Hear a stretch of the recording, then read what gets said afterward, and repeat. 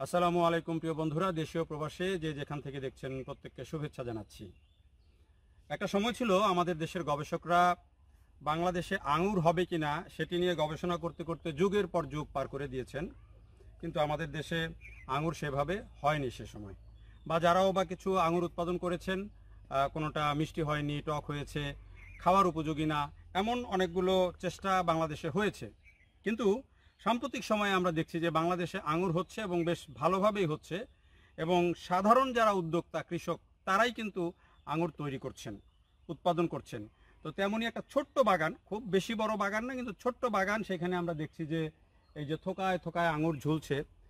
এই আঙুরগুলো আসলে কোন জাতের, এর উৎপাদন কিভাবে হলো এবং এটির মিষ্টতা কেমন, স্বাদ কেমন, এইসব বিষয় নিয়েই আমরা আজকে কথা বলবো। আমরা এসেছি নাটোর সদরের হালসায়। এখানে আমজাদ নামে এক ভাই, তিনি একটি ছোট্ট বাগান করেছেন, বেশ কয়েক প্রকারের 7 জাতের বোধহয় আঙুর করেছেন। সেই আঙুরগুলো নিয়ে আমরা আজকে আপনাদেরকে সেই আঙুর দেখাবো এবং তার সাথে কথা বলবো যে তার মাথায় এটা কিভাবে আসলো এবং তিনি কিভাবে সেটি করলেন। তো আমরা একটু দেখতে দেখতে আমজাদ ভাইকে বলবো আমাদের সাথে একটু যোগ দিতে। এই যে আঙুর দেখেন, এখানে কিন্তু আমরা দেখছি যে এক একটা থোকায় বেশ ভালো এসেছে। আমরা যে আঙুর বাজারে দেখি তার চেয়ে খারাপ না, যদিও দেখা যাচ্ছে যে মাঝে মাঝে একটু চেহারাটা হয়তো আমরা ঠিক যেভাবে আঙুর বাজার থেকে আমদানি করাগুলা কিনে খাই তেমন হয়তো না, কিন্তু আঙুরটা হয়েছে। আঙুরের মিষ্টতা ভালো, নিজে খেয়ে দেখেছি, আঙুরের মিষ্টতা ভালো মোটামুটি। একেবারে যে অনেক মিষ্টি বা বাজারের ফলের চেয়ে বেশি মিষ্টি সেটা না, কিন্তু মোটামুটি মিষ্টতা আছে ভালো, এবং ফলও হয়েছে। এই যে একটা লাল জাতের, এই যে আবার সাদা জাতের আছে। তো বিভিন্ন জাতের আঙুর আছে। আমরা একটু কথা বলার জন্য ডাকছি, আমাদের সাথে যোগ দিবেন যিনি উদ্যোক্তা আমজাদ ভাই। আমজাদ ভাইকে আপনাকে স্বাগত জানাচ্ছি। আঙুরের চিন্তাটা আপনার মাথায় আসলো কেন? আসলে আমরা যখন ছোটবেলাতে হাটি বাজারে যাইতাম তখন দেখতাম যে বাজারে থোকায় থোকায় দোকানদার আঙ্গুর বিক্রি করতো, তো দেখে খুব ভালো লাগতো আর কি। এবং ওখান থেকে একটা উৎসাহ হলো যে যদি এই এই সুন্দর আঙ্গুরের জাতগুলো যদি আমাদের দেশে যদি আমরা চাষ করতে পারতাম তাহলে কিন্তু বড় একটা ভালো হতো। সেক্ষেত্রে সে থেকে আমার একটা মনের মধ্যে একটা চিন্তা ভাবনা যে আমরা দেখি চেষ্টা করে প্রথমে আমরা দেশীয় নার্সারি থেকে আমরা কিছু আঙ্গুরের জাত সংগ্রহ করি, করার পরে বাগানে রোপণ করি। কিন্তু সেটা আমরা যতই চেষ্টা করি টকের থেকে মিষ্টি মানে কোনোভাবেই করতে পারি না।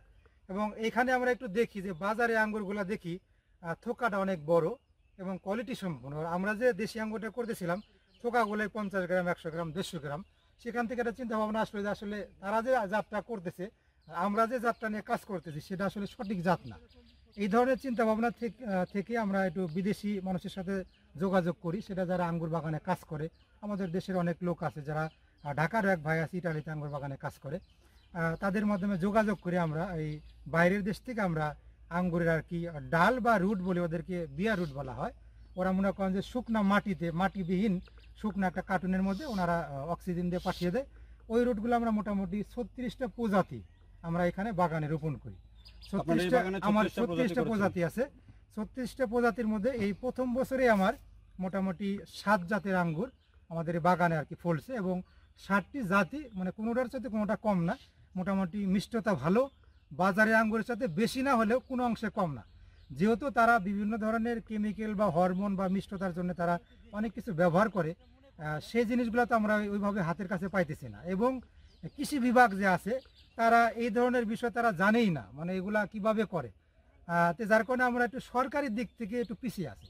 মানে কি আপনি বলতে চাচ্ছেন যে এই যে আপনি ব্যক্তি উদ্যোগে জিনিসটা করলেন এবং এখানে ফল হলো, আমরা দেখি যে অনেক দর্শনার্থীও আসেন প্রতিদিন, কিন্তু কৃষি বিভাগ কি আপনার এই প্রজেক্টটা, ছোট্ট জায়গাটা দেখতে আসে নাই কেউ এখন? এর আগে মানে ফল যখন ফুল হয় তখন আর কি দেখতে আসছে। তারা বললো যে ভাই এটা তো নতুন জাত, এই বিষয়ে আমাদের আসলে গবেষণাও করা নাই বা এই সম্বন্ধে পরিচর্যা করা আমাদের অভিজ্ঞতা নাই। যেহেতু আপনি নতুনই করছেন, আপনিও করতে থাকেন বা একটু মাকড়টা করে সমস্যা আছে এগুলা বললো।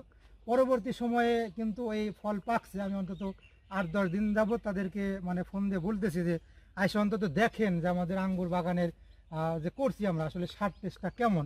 আজ পর্যন্ত তাদের কেমন একটা মানে এই ইয়ে যে পাইনি। জাতটা আমরা দেখছি আপনার পেছনে, এই জি, জি। জাতটা এটা কি জাত? এটা হলো একটা রাশিয়ান ভ্যারাইটি যার নাম হলো একটা বাইকন। ছিললাম, হ্যাঁ? হ্যাঁ অবশ্যই ছিঁড়ে খান, এটা সমস্যা একটু নেই। খেয়ে দেখি কিরকম।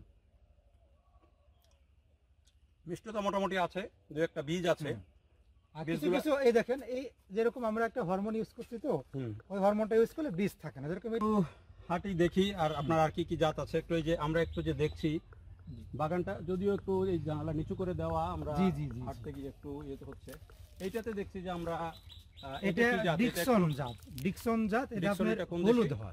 হলুদ হয়। এটা আসলে কোন দেশে আমার জানা নাই, তবে আমাদের কাছে জাতগুলা রাশিয়ান, ইউক্রেন এবং ইটালিয়ান, আচ্ছা, এই জাতগুলাই বেশি। ইন্ডিয়ান জাতের রেজাল্ট আমাদের এটাতে দেশে আমরা ভালো দেখছি না। যে এই যে ধরেন এটা বড় হয়ে গেছে কোনোটা, হ্যাঁ, এইটা- কোনোটা আবার একেবারে এটা আসলে ছোট ছোট। কি মানে এই ফলটা মাঝারি আকার হওয়ার পরে হ্যাঁ। এই ফলগুলা ছাঁটাই করে ফেলে দিতে হয়, আচ্ছা, তাহলে কি আচ্ছা। ফলের শেপগুলা এক সাইজ থাকে এবং একসাথে পরিপক্ক। মানে এগুলো একটু যত্ন হ্যাঁ, দরকার আছে যত্নের একটু মাঝখানে অভাব, যখন যেহেতু ফলে। আমরা প্রথমেই পরীক্ষামূলক করছি, হুম। আস্তে ধীরে হয়তো আমরা এই বিষয়ে জানবো। আস্তে আস্তে হ্যাঁ, জানবেন। আমরা আগে জানতাম না যেগুলো আমরাও ফল সেটাই- ছাঁটাই করতে আমরাও হয়। সেটাই ভাবি যে যে কোনো ফল ফসল করার ক্ষেত্রে আগে পরীক্ষামূলক ভাবে অল্প কিছু করতে হয়, করে তারপরে শিখতে যদি হয়। ভালো রেজাল্ট পাওয়া যায়, সেটার ফলাফল ইতিবাচক হয়, তারপরে গিয়ে আপনি পরিপূর্ণভাবে করলেন। এই যে এখানে একটা থোকা মাশাআল্লাহ বেশ, এই যে এই এই থোকাটা জাতটার নাম আমরা হলো দেখছি যে দেখেন। ভ্যালেজ, এটাও এটার নাম কি লাল ভ্যালেজ? হয়।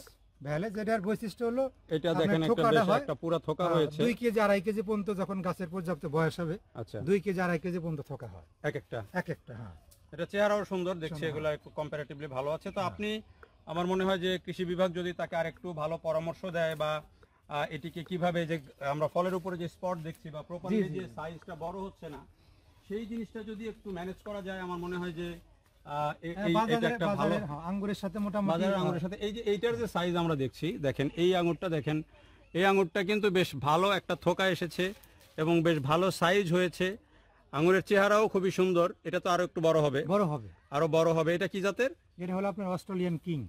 Australian king. জি, জি। তো এইরকম আঙুর যদি আমাদের দেশে হয়, দেখেন এরকম থোকায় থোকায় আঙুর যদি ধরেন এটা সে পরীক্ষামূলকভাবে করেছে, এরপর যদি এটি আরো যত্ন হয় এবং কৃষি বিভাগ যদি এদিকে একটু নজর দেয়, তাহলে আঙুর করতে কিন্তু খুব বেশি জায়গার প্রয়োজন হয় না, অল্প জায়গাতে বেশ ভালো ফলন করা যায়। তো তাহলে কিন্তু কৃষি বিভাগ যদি এদিকে একটু দৃষ্টি দেয়, তাহলে কিন্তু এটি একটি ভালো সম্ভাবনা তৈরি করছে, যেটি আমরা দীর্ঘদিন গবেষণা করেও কিন্তু গবেষকরা এটির রেজাল্ট আনতে পারছিলেন না। আমাদের উদ্যোক্তারা কিন্তু সেই রেজাল্টটা এনেছেন, আমরা দেশের বিভিন্ন জেলায় সেই রেজাল্টটা দেখেছি। তো আমরা তার এই যে ছোট্ট বাগান এখানে দেখলাম, আমরা তার বাড়ির ভিতরেও একটু গিয়ে দেখবো যে এই আঙুর তিনি আরো বিভিন্ন জাতের আঙুর করেছেন। থোকায় থোকায় আঙুর, এটা গোল কালো ব্ল্যাকবেরি বলে না এটাকে? রুবি। ব্ল্যাক রুবি বলে। এটার সাইজটা ছোট, আমরা যে ব্ল্যাক আঙুর বাজারে দেখি সেটার মতো বড় বড় না। এটাতে কিছু বীজও আছে, হয়তো এটি পরিচর্যা করলে পরবর্তীকালে, বা এটা কি করলে আরো, এটাতে দেখেন একটু বীজ আছে।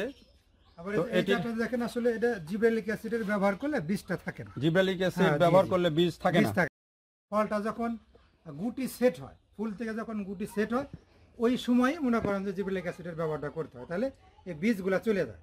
যেহেতু ফল পাকার আগ মুহূর্ত, মানে প্রতিটা ওষুধেরই কিন্তু একটা মেয়াদ থাকে, যে স্প্রে করার পরে হয়তো 15 দিন বা 20 দিন তারপরে ফলটা হারভেস্ট করতে হয়। যেহেতু এটা ছোট অবস্থাতে দিতে হয়, সেক্ষেত্রে আর পার্শ্ব প্রতিক্রিয়া আছে বলে আমার মনে হয় না। যেহেতু এই ফলটা যে- এই পাকে 3 জাতটা মাস। দেখছি, এটা কি ব্ল্যাক রুবি বলছে? জি, জি, ব্ল্যাক রুবি।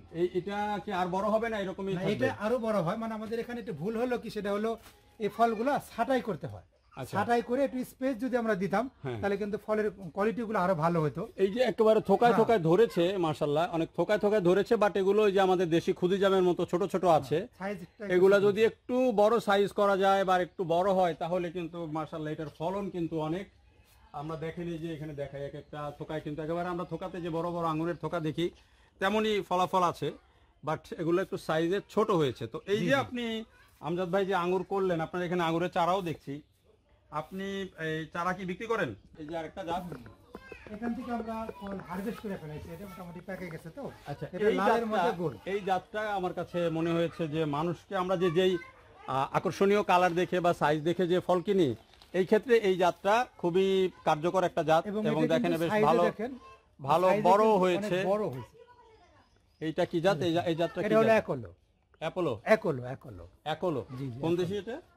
এইটা আপনার সম্ভবত আমার জানা নাই, তবে ইউক্রেন রাশিয়ারই একটা জাত। মানে অ্যাপোলো। জি, জি। যাই হোক, আমজাদ ভাই নতুন চাষি, তিনি নতুন বাগান করেছেন, এখনো হয়তো সব জাত জানেন না, পরিপূর্ণ যত্ন জানেন না, কিন্তু তিনি ফল ফলিয়েছেন।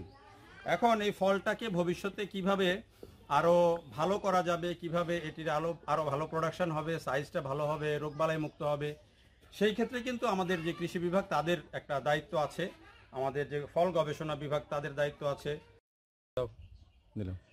তো আমরা এতক্ষণ কথা বলছিলাম এই যে উদ্যোক্তা আঙুর চাষি আমজাদ ভাইয়ের সাথে। তিনি যেটি জানিয়েছেন আমাদেরকে যে আসলে আঙুর চাষ হয়তো করার শখ সবার হয়, কিন্তু সবাই আঙুর ফলানোর কৌশল হয়তো জানতে আপনাদেরকে আঙুরের চাষ প্রক্রিয়া সম্পর্কে পুরোপুরি জানতে হবে। না হলে আপনি হয়তো একটা চারা নিলেন, নিয়ে লাগালেন, তারপরে ফল হলো না, তারপরে যিনি দিলেন তাকে গালিগালাজ করলেন বা অন্য। বিষয়টা এমন না। আগে আঙুর চাষ করার আগে অবশ্যই আপনাকে আঙুর চাষ করার প্রক্রিয়া সম্পর্কে জানতে হবে, কিভাবে ফল ধরবে সেই সব যত্নগুলো সম্পর্কে জানতে হবে। এটি জেনেই আপনি তারপরে আঙুরের চারা নেন। চারা নিয়ে আপনি কিন্তু এটি চাইলে খুব আপনার ছাদের উপরে করতে পারেন, অল্প একটা ছোট্ট জায়গার মধ্যে বাড়ির আঙিনায় করে আগে দেখেন হয় কিনা, তারপরে আপনারা বাণিজ্যিকভাবে করার চিন্তা করেন। এতক্ষণ যারা ছিলেন সবাইকে ধন্যবাদ জানাচ্ছি। আল্লাহ হাফেজ।